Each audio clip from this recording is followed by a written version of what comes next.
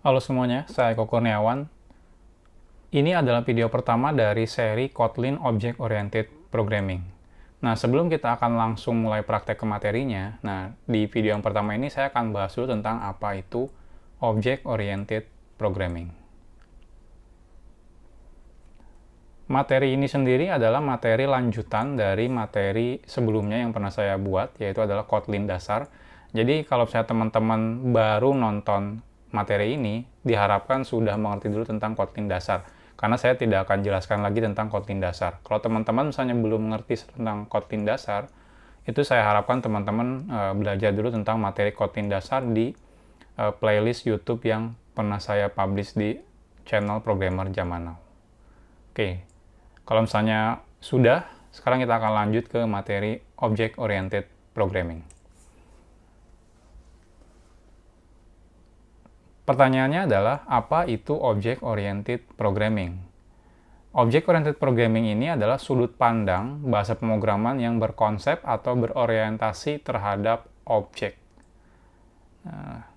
Sebenarnya ada banyak sekali paradigma atau sudut pandang ya istilahnya bahasa pemrograman. Nah, contohnya ada functional programming, ada procedural programming, ada juga object oriented programming. Nah, tapi OP atau object oriented programming saat ini adalah paradigma atau sudut pandang bahasa pemrograman yang saat ini paling populer. Hampir bahasa pemrograman kebanyakan itu mengadopsi konsep object oriented programming. Seperti misalnya Java, PHP, atau JavaScript yang terbaru, atau Python, atau C#, hampir semuanya mengadopsi konsep Object Oriented Programming. Nah, di video ini saya tidak akan jelasin panjang lebar tentang Object Oriented Programming, karena takutnya kalau terlalu panjang juga nanti malah makin membingungkan. Jadi harapannya nanti sambil berjalan, teman-teman bakal lebih ngerti tentang konsep dan penerapan Object Oriented Programming ini. Nah, tapi yang paling penting dalam Object Oriented Programming sebenarnya ada beberapa istilah. Nah, sebenarnya ini tergantung bahasa pemrogramannya ya. Nah, tapi hampir rata-rata di semua Object Oriented Programming itu ada dua istilah yang teman-teman harus pahami. Yang pertama adalah object, dan yang kedua adalah class. Jadi ini adalah dua istilah yang perlu teman-teman mengerti apa itu object dan juga apa itu class. Mungkin kalau misalnya saya lebih jelaskan lagi ke Kotlin, ada banyak sebenarnya istilahnya. Saya kenapa lebih menekankan kedua ini, karena hampir di semua bahasa pemrograman yang object oriented, kedua hal ini ada. Kalau misalnya hal-hal yang lainnya yang spesifik ke bahasa pemrogramannya mungkin akan ada lebih banyak lagi. Tapi kita akan fokus kedua ini. Apa itu objek? Nah, objek itu adalah data. Jadi sebenarnya saat kita bilang ini adalah objek, itu sebenarnya data. Sebelumnya di Kotlin dasar kita bikin data dalam bentuk string, dalam bentuk number, dalam bentuk boolean, dalam bentuk karakter. Nah, sebenarnya itu adalah objek. Nah, apa itu objek? Jadi, objek itu adalah data yang berisikan properties. Properties itu ada yang bilang juga fields, ada yang bilang attributes, sebenarnya sama aja. Dan juga function. Atau ada yang bilang juga methods, ada yang juga bilang behavior.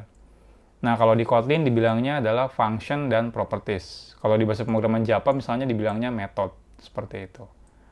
Nah, jadi sebenarnya kalau kita bikin sebuah objek, maka sebenarnya kita akan membuat sebuah data di mana di dalam data tersebut ada properties dan juga ada function.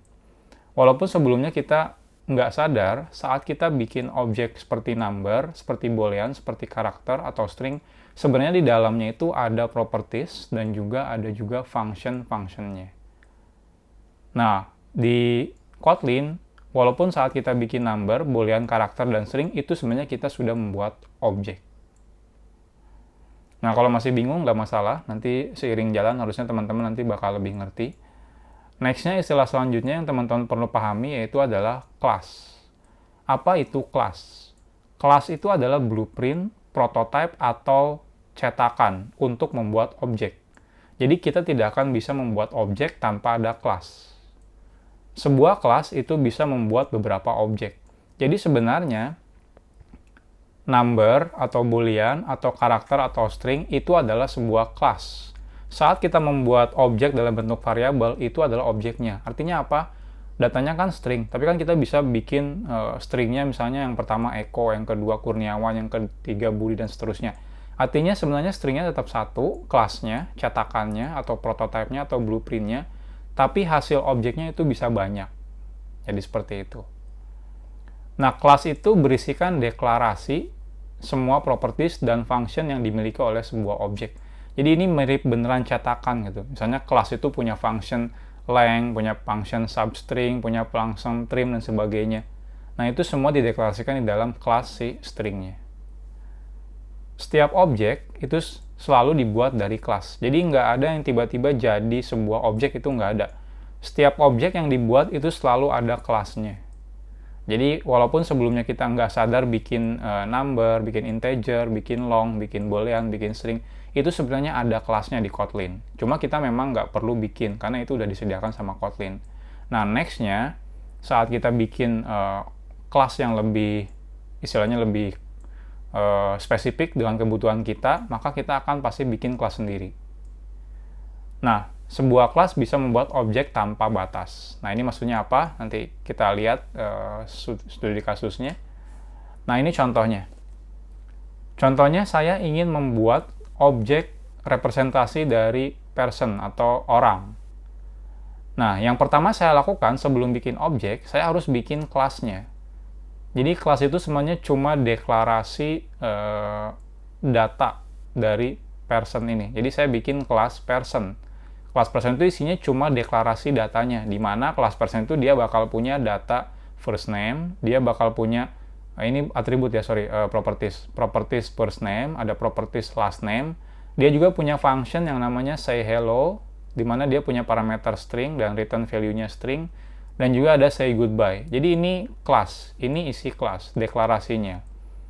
Nah, dari kelas kita bisa bikin lebih dari satu objek atau bermacam-macam objek. Contohnya di sini saya akan bikin objek yang namanya echo, di mana saya set properties first name-nya echo dan last name-nya echo. Lalu misalnya saya bikin lagi objek Joko, di mana di sini first name-nya Joko dan last name-nya Nugroho. Lalu saya bikin lagi objek namanya Budi, first name-nya Budi, last name-nya Nugraha. Jadi dari satu kelas yang kita bikin, di sini kelas person namanya, kita bisa bikin objek person lebih dari satu. Jadi di sini ada Eko, Joko, Budi. Nah, saat kita bikin objek ini, secara otomatis data yang di sini, deklarasi yang di sini, properties atau function akan ikut ke sini. Jadi di sini kita punya first name, di sini punya last name, bahkan di sini punya function yang ada di person deklarasi ini. Jadi ada say hello dan ada juga say goodbye. Untuk lebih detail nanti akan dijelaskan ketika praktek ya. Atau contoh kasus lagi, saya ingin membuat kelas representasi dari mobil atau car. Nah, jadi saya bikin kelas, lalu di sini nama kelasnya car, lalu saya bikin deklarasi di sininya, di kelasnya. Yang pertama dia punya properties name, yang kedua dia punya properties brand, terus ada function start engine dan stop engine. Lalu dari sini saya bisa bikin objek. Yang pertama misalnya Avanza, yang kedua Almas, yang ketiga Mobilio. Kalau saya butuh lagi bikin objek, saya bisa bikin objek baru dari deklarasi kelas yang sudah saya buat. Jadi tidak terbatas. Mau satu, mau dua, mau ratusan, bahkan tidak terbatas. Nah, inilah bedanya objek dan kelas. Jadi saat kita mau bikin objek itu kita harus punya kelasnya. Ya, jadi kalau misalnya, cuma kenapa sebelumnya kayak string, boolean kita nggak bikin, karena udah disediakan sama si Kotlin-nya. Nah, tapi kalau car atau juga person, itu kan si Kotlin tidak menyediakan kelasnya. Jadi kita harus bikin kelasnya secara manual. Jadi itu secara sederhana konsep object-oriented programming. Next-nya kita akan langsung praktekkan gimana cara membuat kelas di Kotlin.